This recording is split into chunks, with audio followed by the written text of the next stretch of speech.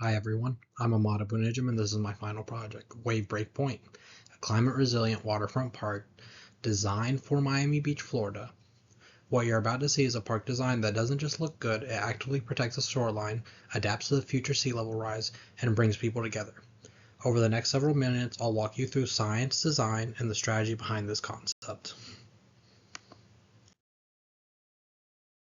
As we zoom in using Google Earth, we start from a global view, then narrow in on southeastern United States, focusing on Florida, then the city of Miami, and finally Miami Beach. The site for WaveBreak Pointe is located at the existing South Point Park, which sits at the very southern tip of Miami Beach. This area is highly visible and a well-used public space that offers waterfront views, but also faces direct exposure to Atlantic wave energy and storm surge. Choosing this location allows us to redesign for an existing urban park in a way that increases climate resilience while maintaining public access and community value. This is the current layout. You can see open lawn areas, a riprap shoreline, existing restrooms, and a walking path. But notice how vulnerable it looks. No elevation, no real dunes, no offshore buffers. The space is underutilized from both an engineering and community perspective. This gives us the perfect chance to enhance both coastal resilience and public amenities. Miami Beach faces a combination of environmental and human-driven challenges. Sea levels have accelerated in recent decades. The coast has been heavily modified by infrastructure and disrupting natural sediment flow. And social factors like housing and income inequality make it harder for some communities to recover after major storms. So we need solutions that address both physical and social vulnerability. Currently, the park sits at 1 to 2.5 meters above sea level, making it highly flood prone. The sand is medium to fine coarse, which is very mobile. That's important because it responds quickly to wave and wind forces. This light sand gets picked up easily and moved by the northeast wave energy, creating a southward longshore drift. Our design works with this natural movement instead of against it, placing features in areas that naturally accumulate sand. Wave energy and coastal dynamics. Wave energy peaks during hurricane season. Normal waves are around 1.3 meters, but during storms, they can exceed 3 meters.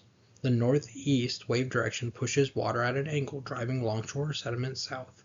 That means we must design the shoreline to absorb and redirect this energy without causing erosion somewhere else. In this video that I'm going to show you next, it shows the real effect of recent hurricanes flooded streets, damaged infrastructure, and disrupted access. One interesting example with people with parking spots in buildings could only use them if they were residents. The detail might seem small, but it shows how infrastructure breaks down in a crisis. Our park needs to remain functional even when the city is under pressure. River there, and our team coverage of this severe weather takes us over to Miami Beach. That's where we find local 10 Syra onward. We're in North Beach in the city of Miami Beach. You can look at how high the water level is right now. Look at where it comes up to in this parked vehicle. The city has told residents to stay off the roads, but what about people's parked cars? They've actually offered options for people who live in flood-prone areas to avoid engine damage to their parked vehicles. Wednesday downpours soaking an already damp Miami Beach. Vehicles parked on the street could be in for some bad news with potential damage and costly repairs. But Miami Beach residents who know about it and register can temporarily park their cars on higher ground and out of harm's way. While a flood alert is actively in place, residents at no charge can park on a first-come, first-served basis their vehicles in those two parking garages. The municipal parking garages are at 400 West 42nd Street and 1661 Pennsylvania Avenue. We certainly want to minimize any damage to properties, to vehicles, any impacts to the residents while these weather alerts are in place.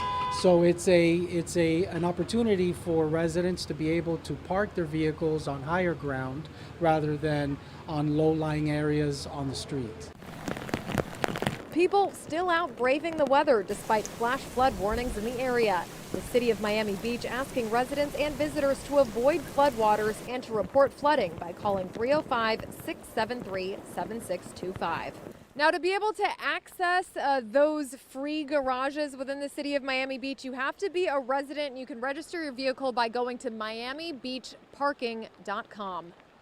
Reporting from Miami Beach, Syra Onwer, Local 10 News. Land below X meters of water. This elevation map breaks the site into 0.5 meter increments.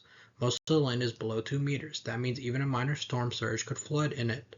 This data directly informed where we place walkways, shelters, and green spaces to avoid repeated flood impacts.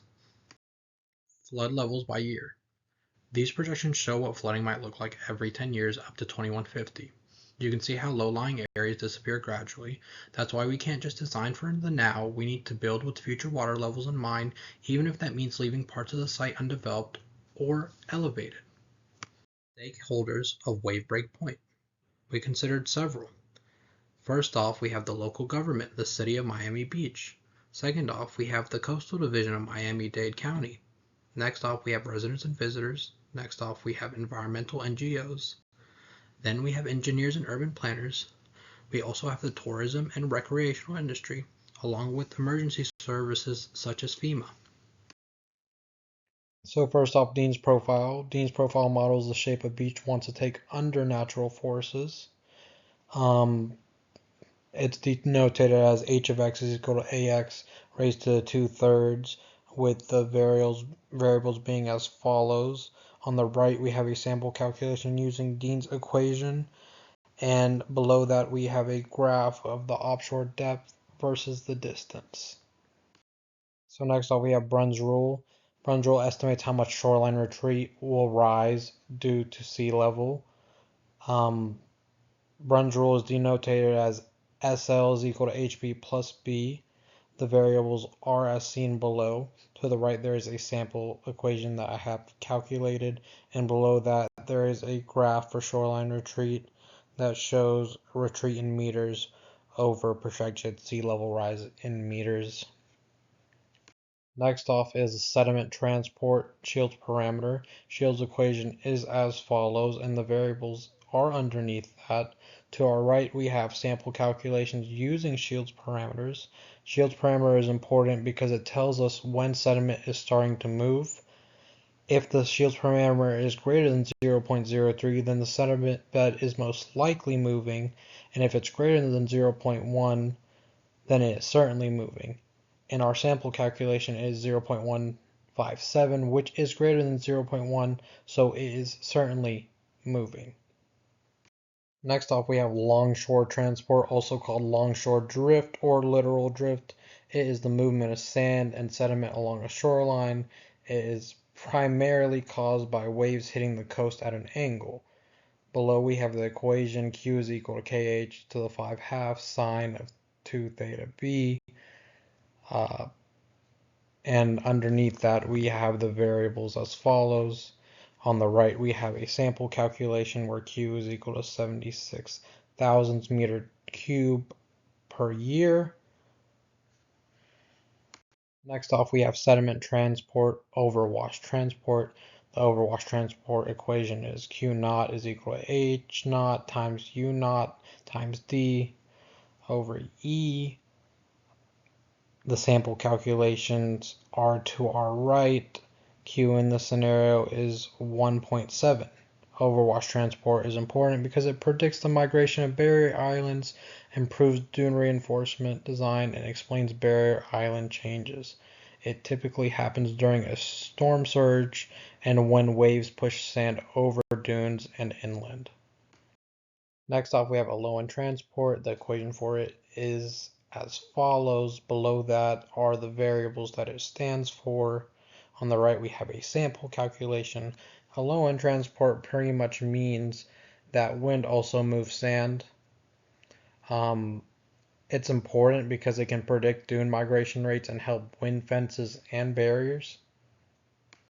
Here's our transformation. We added picnic shelters and a dog park, a pickleball court and basketball courts, also a kayak launch. And we built in 3 coastal defense layers: submerged breakwaters offshore, a living shoreline mid-zone, and existing riprap at the upland edge. It already works as a barrier, but it's only one piece of the puzzle. It lacks the ecological value. and can reflect wave energy. That's why we added softer fences in front of it to reduce the energy before it hits the rocks. Proposed living shoreline, mid-zone buffer. This includes native grasses, oyster bags, and coir logs. It's designed to absorb wave energy, reduce erosion, and support marine life. It also looks more natural than concrete and provides public education about coastal systems. Placed offshore, these reef balls and concrete units take the first hit from incoming waves. They reduce wave energy, slow erosion, and even help accumulate sand behind them. Plus, they double as a habitat for marine life. Next off, we're going to have a short video that explains why living shorelines work better than seawalls. They adapt over time and provide habitat and blend into the landscape and environment. They cost less in the long run and protect more than just land. They protect our ecosystems. Today we are in the borough of Fenwick with the Hepburn Preserve living shoreline behind me. The purpose of this project was to help beach recover back to a more natural condition. What used to be a very long, mostly straight beach is now a very crescent-shaped beach, exposing a lot of rock and cobble and cutting into the dune and cutting into the marsh behind it. In this example, the living shoreline is a series of rock sills installed and designed to break up wave energy, make the shoreline more resilient to coastal storms, restore some of the habitat that was lost. The rock sills will help some of that sand that's in suspension fall out of suspension and build up the beach and build up the dune and build up marsh elevation so that the grasses can grow again.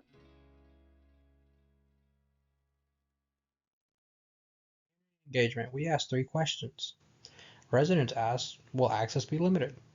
No, it's actually better. New paths, ADA access, and shade shelters make it more inviting.